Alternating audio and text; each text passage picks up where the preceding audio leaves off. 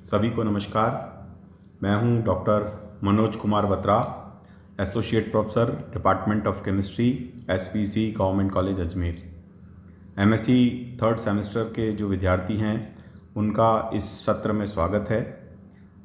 आपको MSc third semester के अंदर जो है वो स्पेक्ट्रोस्कोपी का पेपर नंबर 11 है, जो कि आप इस स्लाइड में आपके सामने है, आप देख सकते हैं। इस पेपर 11 के अंदर जो स्पेक्ट्रोस्कोपी का पार्ट है, जिसमें यूनिट फर्स्ट जो है वो C13 NMR स्पेक्ट्रोस्कोपी पर है, यूनिट सेकंड जो है वो मास स्पेक्ट्रोस्कोपी पर है, और यूनिट थर्ड जो है वो एप्लीकेशन ऑफ स्पेक्ट्रोस्कोपी का पार्ट है, जिसमें आपने अब तक जितनी भी प्रकार की स्पेक्ट्रोस्कोपी टेक्निक्स पहले पढ़ी हैं, जिसमें UV visible technique, IR, proton 1 NMR technique, C13 NMR, मास स्पेक्ट्रा, इन सब के आधार पर इन सब टेक्निक्स को मिलाने के बाद में जो विभिन्न प्रकार की जो उसका जो इंटरप्रिटेशन होता है, वो एस्पेक्ट जो है वो इस यूनिट थर्ड में इंक्लूड किया गया है, और जो कि मैं आपको पढ़ाने वाला हूँ। तो आपको बेसिकली सबसे पहले ये समझ में आना चाहिए कि हमारे पास में जो ये यूवी विजिबल टेक्निक है, जो कि हमने थर्ड ईयर में पढ़ी थी, और IR टेक्निक है वो भी हमने थर्ड ईयर में पढ़ी थी, प्रोटॉन NMR टेक्निक है वो भी BSc थर्ड ईयर के अंदर हमने पढ़ी थी। उन टेक्निक्स का बेसिक नॉलेज जो है वो होना चाहिए। और C13 NMR जो कि आप इस पेपर में 11th पेपर में पढ़ने वाले हैं, और मास स्पेक्ट्रोस्कोपी जो है वो भी आप 11th पेपर में पढ़ने वाले हैं, उसको मिलाने के बाद उस ज्ञान को इकट्ठा करके फिर उसके ऊपर आधारित किस तरह से हम जो है कंपाउंड्स का इंटरप्रिटेशन करते हैं और उनको आइडेंटिफाई करने का काम करते हैं, ये सब जो है ये इस यूनिट थर्ड का जो कंटेंट है, जो कि मैंने आपके सामने यहाँ पर आपको बताया है। तो हम अब इनमें से एक एक टेक्निक्स को पहले स्टडी करेंगे, उसके बेसिक्स को स्टडी करेंगे, और उसके बाद में हम जो है इन सभी टेक्निक्स को मिलाने के बाद में जो इस पर आधारित प्रश्न हैं उसके बारे में बात करेंगे। तो वो काफ़ी आगे की बात है। तो सबसे पहले आज हम जो है अपनी जो पहला लेक्चर है उसमें हम कुछ बात करते हैं बेसिकली स्पेक्ट्रोस्कोपी के संबंध में, ऑर्गेनिक स्पेक्ट्रोस्कोपी के संबंध में, जो कि बहुत बेसिक है, लेकिन हम सबको उसका ज्ञान होना बहुत आवश्यक है। और जैसा मैं आप सभी से कहना चाहता हूँ कि ये जो स्पेक्ट्रोस्कोपी का पार्ट है ये बहुत इम्पॉर्टेंट है, क्योंकि अगर आप MSc के स्टूडेंट हैं, अगर आप PhD करने जाएंगे, रिसर्च करने जाएंगे, या इवन आप टीचिंग की साइड में भी जाएंगे, आप किसी भी केमिस्ट्री के क्षेत्र में जाएंगे, तो स्पेक्ट्रोस्कोपी का ज्ञान होना आपको बेसिक या एलिमेंट्री नॉलेज ऑफ स्पेक्ट्रोस्कोपी जो है वो बहुत ज़रूरी है। तो इसलिए आपको ये स्पेक्ट्रोस्कोपी टेक्निक्स के बारे में जो है बहुत अच्छा ज्ञान होना चाहिए। तो आज हम जो अपनी बात कर रहे हैं वो बेसिकली हम बात करेंगे ये यूवी स्पेक्ट्रोस्कोपी के संबंध में, जो हम उसको स्टार्ट करेंगे। लेकिन उससे पहले हम बात करेंगे ऑर्गेनिक स्पेक्ट्रोस्कोपी के संबंध में कि स्पेक्ट्रोस्कोपी टेक्निक्स क्या हैं, इलेक्ट्रोमैग्नेटिक रेडिएशंस क्या हैं, और किस तरह से मैटर और इलेक्ट्रोमैग्नेटिक रेडिएशंस का जो है वो इंटरेक्शन होता है, तो उससे कोई स्पेक्ट्रोस्कोपी टेक्निक जो है वो बनती है, जिससे कि हम वैल्यूबल इन्फॉर्मेशन जो है वो निकाल पाते हैं। तो हमारा जो आज का जो लेक्चर है उसके जो डिफरेंट कंटेंट्स हैं, सबसे पहले मैं आपको उसको बताना चाहता हूँ। देखिए, यूवी विजिबल स्पेक्ट्रोस्कोपी का जो कंटेंट टेबल है वो आपके सामने है। इसमें हम सबसे पहले बात करेंगे इंट्रोडक्शन, फिर इलेक्ट्रोमैग्नेटिक रेडिएशन इन स्पेक्ट्रोस्कोपी जो है, जिसके बारे में अभी अपन आप इसके बाद बात करेंगे। फिर है absorption of electromagnetic radiation, that is EMR means electromagnetic radiation by organic molecules. फिर है ultraviolet visible spectroscopy, types of electronic transitions, selection rule, UV visible spectrometer के अंदर उसके जो चार्ज कंपोनेंट्स हैं, light source, monochromator, sample area, detector and recorder. फिर उसके बाद में टाइप्स ऑफ जो है यूवी विजिबल स्पेक्ट्रोफोटोमीटर जो है वो कितने प्रकार के होते हैं। फिर सैंपल प्रिपरेशन, फिर है एब्जॉर्प्शन लॉज, जिसमें हम विशेष रूप से जो लैम्बर्ट्स-वियर लॉ है उसके बारे में अध्ययन करेंगे। फिर है calculation of lambda max value. ये जो है सबसे हार्ट ऑफ जो यूवी विजिबल स्पेक्ट्रोस्कोपी का जो पार्ट है वो यही है, calculation of lambda max value, जिसमें हम डिफरेंट कैटेगरीज ऑफ क्रोमोफोर्स के जो है डिफरेंट कंपाउंड्स हैं उनके लिए इस लैम्डा मैक्स वैल्यूज़ को कैलकुलेट करते हैं, और फिर हम उसको एक्सपेरिमेंटली उसको वेरीफाई करते हैं। तो ये एस्पेक्ट जो है वो यूवी विजिबल स्पेक्ट्रोस्कोपी में बहुत इंपॉर्टेंट है। और उसके बाद में हम बात करते हैं एप्लीकेशंस, बात करेंगे applications of UV visible spectroscopy की। तो ये एक पूरा कंटेंट है जिस चैप्टर को हम आज से शुरू कर रहे हैं। तो सबसे पहले हम स्टार्टिंग में जो है इंट्रोडक्शन में हम स्पेक्ट्रोस्कोपी टेक्निक्स क्या हैं और स्पेक्ट्रोस्कोपी का स्पेशली उसकी इम्पोर्टेंस क्या है उसके संबंध में हम आपके सामने बात करेंगे। देखिए, introduction. The most challenging task of a chemist is to determine the chemical structure of an unknown compound. कि एक केमिस्ट के सामने सबसे मुश्किल बात क्या होती है कि किसी केमिकल स्ट्रक्चर जो है अज्ञात यौगिक की ज्ञात करना जो है वो सबसे मुश्किल टास्क जो है वो केमिस्ट के सामने होता है। There are many ways by which we can identify the unknown substances.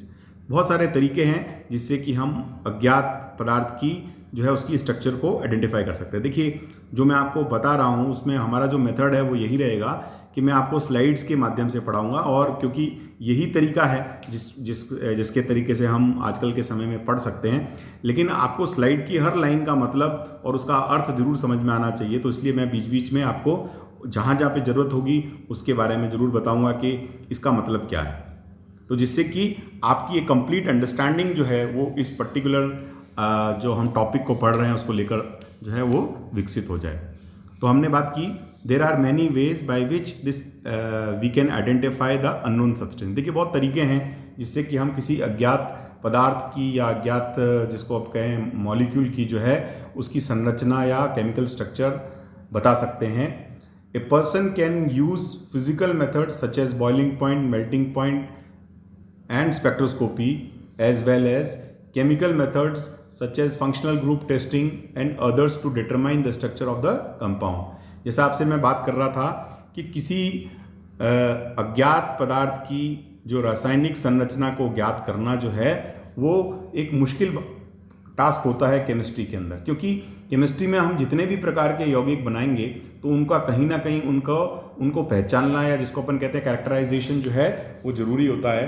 तो कैरेक्टराइजेशन के लिए हम कुछ फिजिकल मेथड्स काम में लेते हैं, सामान्य रूप से बॉइलिंग पॉइंट, मेल्टिंग पॉइंट, और इसी तरह से स्पेक्ट्रोस्कोपी भी एक तरह का फिजिकल मेथड ही है, उसको भी काम में लेते हैं। और साथ ही केमिकल मेथड्स जैसे फंक्शनल ग्रुप टेस्ट करना वो हम सब काम में लेते हैं। Spectroscopy is one of the best method to identify the substance, which may include UV, that means ultraviolet, IR, which means infrared, NMR means nuclear magnetic resonance, Raman and other techniques। Other techniques में जैसे आएंगे C13 NMR और mass spectroscopy। Here we will discuss about the various aspects of different spectroscopy techniques and more specifically about the UV spectroscopy and it's uses. जैसा भी मैंने बात की कि हम यहाँ विशेष रूप से इनका अध्ययन जो है वो करेंगे। नेक्स्ट है इलेक्ट्रोमैग्नेटिक रेडिएशंस एंड स्पेक्ट्रोस्कोपी। देखिए, इलेक्ट्रोमैग्नेटिक रेडिएशंस के बारे में हमें जानना बहुत ज़रूरी है। वो इलेक्ट्रोमैग्नेटिक रेडिएशन ही एक तरह से हम कह सकते हैं हमारी स्पेक्ट्रोस्कोपी टेक्निक का आधार है। तो क्या है, electromagnetic spectrum covers a wide range of electromagnetic radiations. देखिए, आपने सभी ने रेडिएशंस के बारे में सुना है, और बहुत प्रकार के रेडिएशंस हैं जैसे gamma rays, X rays, UV rays, visible rays, microwave, radio waves, है ना। तो इन सब के बारे में हमने सुना है। तो इन सब का जो एक क्रम है जो कि जहाँ पर भी हम इन सभी रेडिएशंस को उनकी बढ़ती हुई वेवलेंथ के आधार पर, उनकी बढ़ते हुए तरंग दैर्ध्य के आधार पर, या जिसको अपन कहें फ्रीक्वेंसी के आधार पर अरेंज करते हैं, तो उसका उसको हम स्पेक्ट्रम कहते हैं। तो electromagnetic spectrum covers a wide range of electromagnetic radiations ranging from gamma raise having wavelength which are the order of a fraction of an angstrom to the radio waves having wavelength in metres और kilometres. तो यानी कि ये एक पूरा broad spectrum है जो gamma rays से स्टार्ट होकर हम रेडियो वेव्स तक जाते हैं। गामा रेज जो है उनका जो वेवलेंथ है वो एंगस्ट्रॉम का भी एक बहुत छोटा पार्ट है, फ्रैक्शन है, और रेडियो वेव्स का जो है वो वेवलेंथ जो है वो किलोमीटर्स की रेंज में जाता है। The arrangement of all types of radiations in the order of their increasing wavelength or decreasing frequency is known as electromagnetic radiation या electromagnetic spectrum. The electromagnetic spectrum includes radio, TV waves, microwaves, infrared, visible light, ultraviolet, X ray, gamma rays, cosmic rays, which is shown in the figure 1। तो देखिए ये सारी wavelength जो हैं, ये सारे जो रेडिएशंस हैं वो सब उसमें इंक्लूडेड होते हैं, जिसको कि हम एक फिगर 1 से हम यहाँ पर दिखा रहे हैं। तो ये सब इलेक्ट्रोमैग्नेटिक रेडिएशंस कहलाते हैं। इनके थोड़ा कैरेक्टरिस्टिक्स के बारे में भी हम आगे बात करेंगे।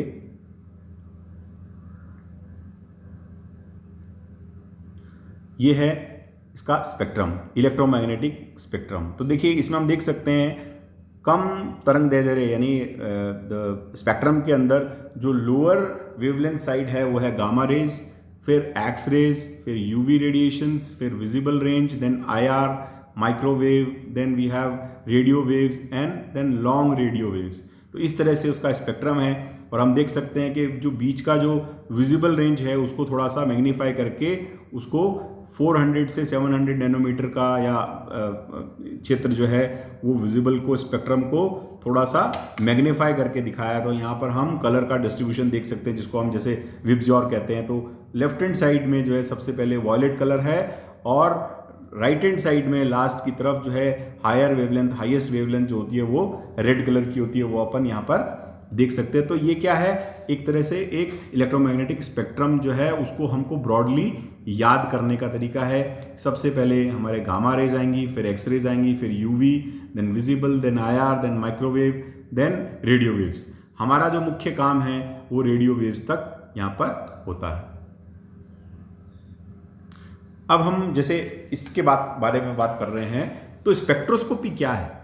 देखिए स्पेक्ट्रोस्कोपी एक टेक्निक है जिसकी सहायता से हम इलेक्ट्रोमैग्नेटिक रेडिएशंस का उपयोग करके किसी मॉलिक्यूल की स्ट्रक्चर को आइडेंटिफाई करने में उसे काम में लेते हैं। तो क्या होता है कि मैटर का और इलेक्ट्रोमैग्नेटिक रेडिएशन का, यानी पदार्थ का और इस इलेक्ट्रोमैग्नेटिक रेडिएशन का एक इंटरेक्शन होता है, और उस इंटरेक्शन को जब हम रिकॉर्ड करते हैं और उस रिकॉर्ड करने से हमें जो रिजल्ट्स मिलते हैं वो ऐसे रिजल्ट्स हैं जो कि हमें किसी बहुत कम समय में किसी मॉलिक्यूल की पूरी स्ट्रक्चर की इंफॉर्मेशन दे सकते हैं। हमारे पास में डिफरेंट स्पेक्ट्रोस्कोपी टेक्निक्स होती हैं जिसके अंदर हम अलग अलग प्रकार की इंफॉर्मेशन जो है, अलग अलग प्रकार की सूचना जो है वो हम प्राप्त कर सकते हैं। जैसे कोई डॉक्टर के पास में कोई व्यक्ति जाता है और अपनी परेशानी बताता है, तो डॉक्टर कई बार हमें टेस्ट लिखते हैं, हम टेस्ट करने जाते हैं, है ना।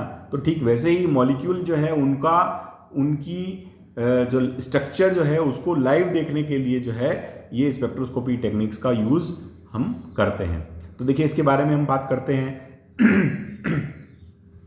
Spectroscopy is the study of interaction of electromagnetic radiation with the matter. जैसा मैंने आपसे बोला, electromagnetic radiations can interact with the matter in various ways.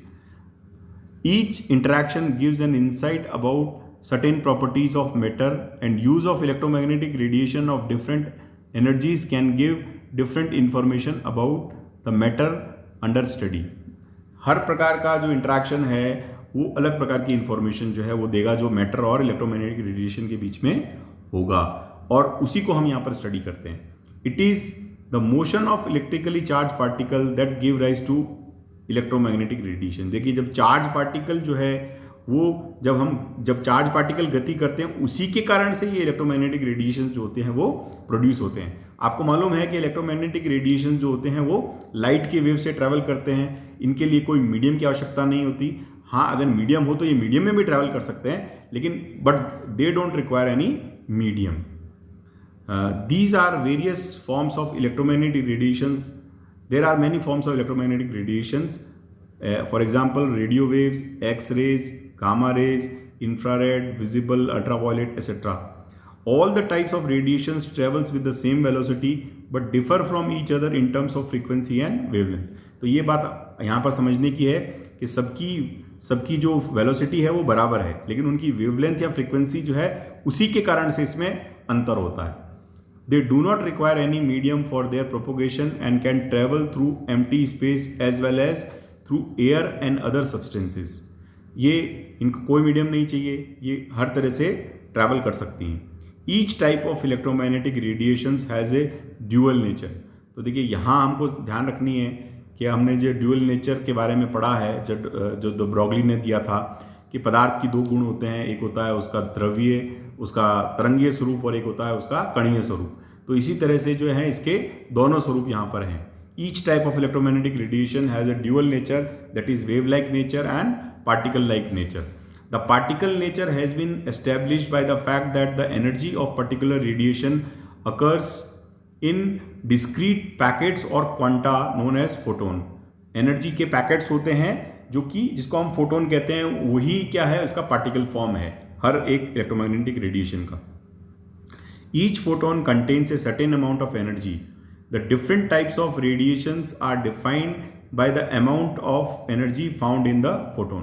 देखिए, हर एनर्जी का जो फोटोन है या जो क्वांटा है हर इलेक्ट्रोमैग्नेटिक रेडिएशन का, उस पैकेट में कितनी एनर्जी है, उसी में ही जो है इसमें अंतर होता है। तो वही जो है डिफरेंस जो है वो प्रोड्यूस करता है।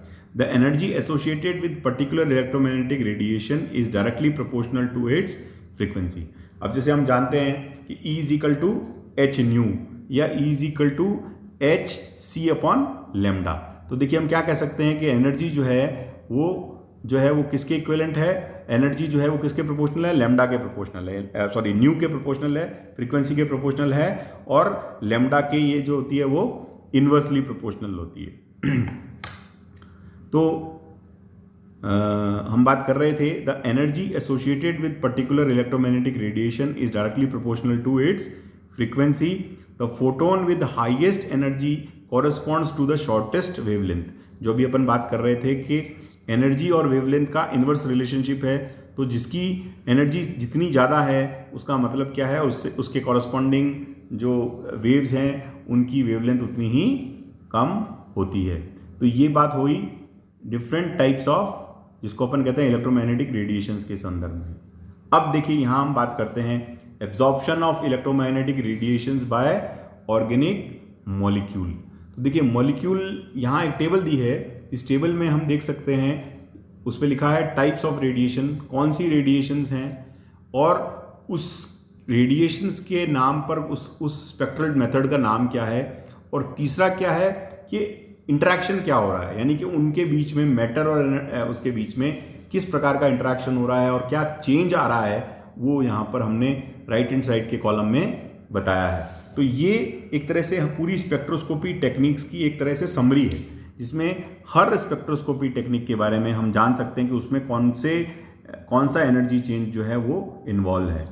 देखिए इसको थोड़ा बड़ा करके पढ़ते हैं हम। When electromagnetic radiations are pass through an organic compound, some of the part gets absorb while the remaining is transmitted. जैसे हम ऑर्गेनिक कंपाउंड को जब हम इलेक्ट्रोमैग्नेटिक रेडिएशन के पाथ में रखेंगे तो कुछ ऑर्गेनिक कंपाउंड जो है उसको एब्जॉर्ब कर लेंगे रेडिएशन को, और बाकी जो भाग है वो एब्जॉर्ब नहीं होगा, जो कि ट्रांसमिटेड चला जाएगा, वह सीधा ही चला जाएगा। The absorption of energy can bring about a translational, rotational और वाइब्रेशनल मोशन, इलेक्ट्रॉनिक ट्रांजिशन और ionization of molecules depending on the frequency of electromagnetic radiations they received. This is very important कि कौन सा चेंज होगा molecule में, वो इस पर डिपेंड करता है कि कौन सी एनर्जी उसने एब्जॉर्ब की है, यानी कि जो इलेक्ट्रोमैग्नेटिक रेडिएशन जो एब्जॉर्ब किए हैं वो कौन सी एनर्जी के हैं, उसके आधार पर ही उसमें जो है जो कंपाउंड है या जो मॉलिक्यूल है उसमें एनर्जी चेंज जिसको अपन कह रहे हैं वो होगा। तो जैसे अपन बात करते हैं गामा रेज जो होती हैं उनकी हमको पता है वेवलेंथ सबसे कम है, तो उनकी एनर्जी बहुत ज़्यादा है। तो इसके कारण से क्या प्रोसेस है, आयनाइजेशन का प्रोसेस है। तो गामा स्पेक्ट्रोस्कोपी क्या है, बेसिकली जो है उसके अंदर इस प्रकार का चेंज जो है वो आयनाइजेशन का चेंज जो है इसमें होगा। फिर हम बात करते हैं जब एक्सरेज इन्वॉल्व होती हैं तो स्पेक्ट्रोस्कोपी का नाम होता है एक्सरे स्पेक्ट्रोस्कोपी, और उसके कारण से क्या होता है, इनर ट्रांजिशंस का इन्वॉल्वमेंट होता है, वो इलेक्ट्रॉनिक ट्रांजिशन उसमें होता है। फिर अल्ट्रावायलेट स्पेक्ट्रोस्कोपी को नाम दिया यूवी स्पेक्ट्रोस्कोपी। इसके अंदर क्या होता है, मिडल और वैलेंसी शेल इलेक्ट्रॉन्स इन्वॉल्व होते हैं और उनका ट्रांजिशन होता है, इलेक्ट्रॉनिक ट्रांजिशन होता है। विजिबल स्पेक्ट्रोस्कोपी में वैलेंसी शेल इलेक्ट्रॉन का ही जो है वो इलेक्ट्रॉनिक ट्रांजिशन होता है। फिर है इंफ्रारेड स्पेक्ट्रोस्कोपी, जिसको हम IR स्पेक्ट्रोस्कोपी कहते हैं, जिसमें इंफ्रारेड रेडिएशंस होती हैं और यहाँ पर क्या होता है, मॉलिक्यूलर वाइब्रेशंस और रोटेशंस होते हैं। तो ये जो एनर्जी जो है वो इतनी होती है कि उससे मॉलिक्यूल के अंदर वाइब्रेशंस हो जाएं। फिर जब माइक्रोवेव रेंज की रेडिएशंस एब्जॉर्ब होती हैं तो मॉलिक्यूलर रोटेशंस और स्पिन ओरिएंटेशंस होते हैं। इस तरह की स्पेक्ट्रोस्कोपी टेक्निक को हम या तो माइक्रोवेव स्पेक्ट्रोस्कोपी टेक्निक कहते हैं या ESR स्पेक्ट्रोस्कोपी टेक्निक कहते हैं। और फिर है रेडियो वेव्स जो हैं उनका उपयोग होता है, तो स्पेक्ट्रल मेथड का नाम है NMR, nuclear magnetic resonance spectroscopy.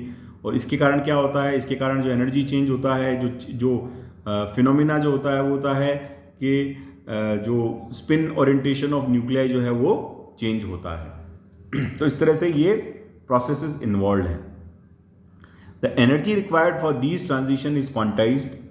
जो एनर्जी का रिक्वायरमेंट है इस ट्रांजिशन के लिए वो क्या है, वो एक फिक्स है, वो क्वांटाइज्ड है।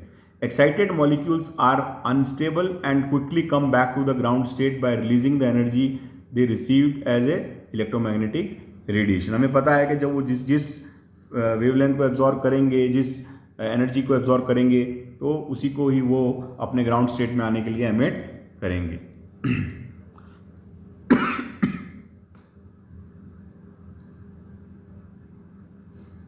Absorption of electromagnetic radiations by organic molecule. देखिए अब ये फिनोमिना है कि एक एनर्जी लेवल E1 है और दूसरा एनर्जी लेवल E2 है, और ये एनर्जी लेवल का जो डिफरेंस है that is E2 minus E1, ये उस रेडिएशंस को कॉरस्पॉन्ड करता है जिसको ये एब्जॉर्ब करेगी, क्योंकि एनर्जी स्टेट्स जो होती हैं वो क्वांटाइज्ड होती हैं।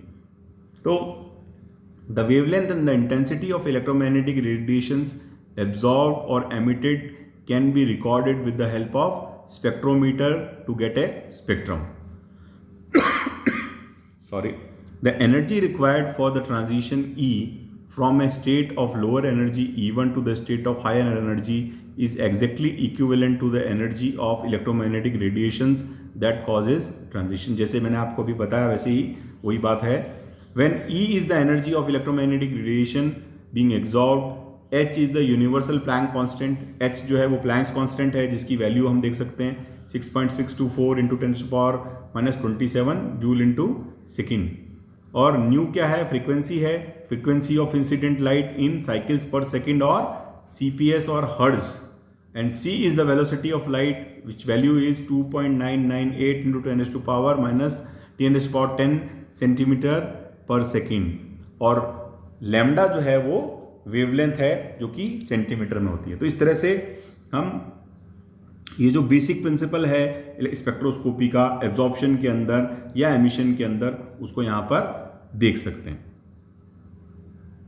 फिर absorption of electromagnetic radiations by organic molecules, उसी को ही हम कंटिन्यू कर रहे हैं। Higher is the frequency, higher would be the energy, and on the other side longer is the wavelength, lower would be the energy. ये वही Planck's constant जो हमने बात की थी अकॉर्डिंग टू जो है E is equal to H nu, तो उससे हम ये बात कह सकते हैं। As we move from gamma rays to ultraviolet region to infrared region and then radio frequencies, we gradually move towards the lower energies. जैसे हम ज़्यादा हायर वेवलेंथ की तरफ जाएंगे तो इसका मतलब क्या है कि एनर्जी जो है वो उन इलेक्ट्रोमैग्नेटिक रेडिएशंस की कम होती जाएंगी। However almost all parts of electromagnetic spectrum are use for understanding matter in organic chemistry. We are mainly concern with the energy absorption from only ultraviolet and visible, infrared, microwave and radio frequency region. ये कह रहे हैं कि जितने भी electromagnetic radiations का क्षेत्र है या जो भी इलेक्ट्रोमैग्नेटिक रेडिएशंस हैं उनका जो मैटर से इंटरेक्शन होता है, हर इंटरेक्शन से कुछ ना कुछ इन्फॉर्मेशन मिलती है। लेकिन ऑर्गेनिक केमिस्ट्री में हमारा जो मेन फोकस है वो, जैसा आपको मैंने स्टार्टिंग में बोला था, ultraviolet visible spectroscopy, infrared spectroscopy, microwave spectroscopy and NMR spectroscopy में ही हमारा क्षेत्र हम उस पर बात करते हैं। तो इसलिए जो है हमारा फोकस जो है वो इन इंटरेक्शंस में होगा। और अब हम जो है इसका जो आज का जो हमारा जो लेक्चर है उसका लास्ट पार्ट है वो है अल्ट्रा वायलेट विजिबल स्पेक्ट्रोस्कोपी। देखिए यूवी विजिबल स्पेक्ट्रोस्कोपी जो है वो सबसे बेसिक टेक्निक है स्पेक्ट्रोस्कोपी की, जो हम सबसे पहले इसको पढ़ते हैं।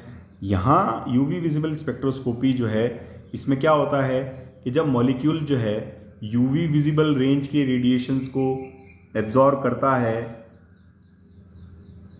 एक मिनट, जब मॉलिक्यूल जो है यूवी विजिबल रेंज के रेडिएशंस को एब्जॉर्ब करता है तो एब्जॉर्ब करके वो अपने हायर एनर्जी स्टेट में चला जाता है और इसमें इलेक्ट्रॉनिक ट्रांजिशंस जो हैं वो होते हैं, और जब हायर स्टेट से लोअर स्टेट में आएगा तो वो वापस एनर्जी को एमिट करता है। लेकिन हमारा फोकस जो है वो एब्जॉर्प्शन पर है, तो हम कितनी एनर्जी एब्जॉर्ब की हम उसकी बात यहाँ पर करते हैं। तो देखिए higher is the frequency, sorry हम वापस पुराने उस पर चले गए,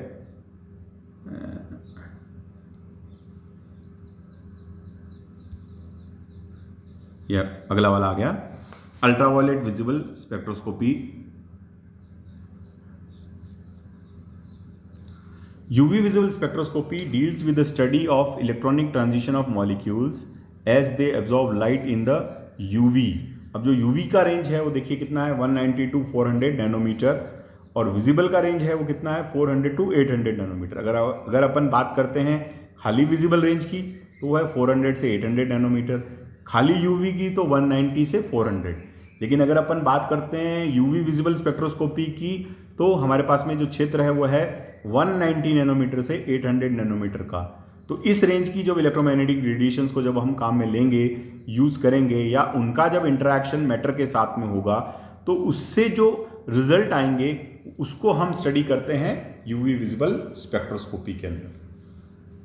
द एब्जॉर्प्शन ऑफ अल्ट्रावायलेट और visible radiations lead to the transition among electronic energy levels, hence it is often called electronic spectroscopy। क्योंकि जब ये ट्रांजिशंस होंगे तो क्या होगा, इलेक्ट्रॉन्स जो है लोअर लेवल से हायर लेवल पर चला जाएगा, तो उसके लिए हम उसको इलेक्ट्रॉनिक स्पेक्ट्रोस्कोपी कहते हैं। जो प्रोसेस है वो इलेक्ट्रॉनिक ट्रांजिशन है जो कि इन यूवी विजिबल रेंज की रेडिएशंस को एब्जॉर्ब करने से मॉलिक्यूल में होता है, उसके जो इलेक्ट्रॉनिक एनर्जी लेवल्स हैं वो चेंज हो जाता है। As a rule, the energetically favored electron promotion will be from the highest occupied molecular orbital to the lowest unoccupied molecular orbital। देखिए क्या कह रहे हैं कि हमने पढ़ा है दो कॉन्सेप्ट हैं HOMO, highest occupied molecular orbital, और लोएस्ट अनऑक्यूपाइड मॉलिकुलर ऑर्बिटल।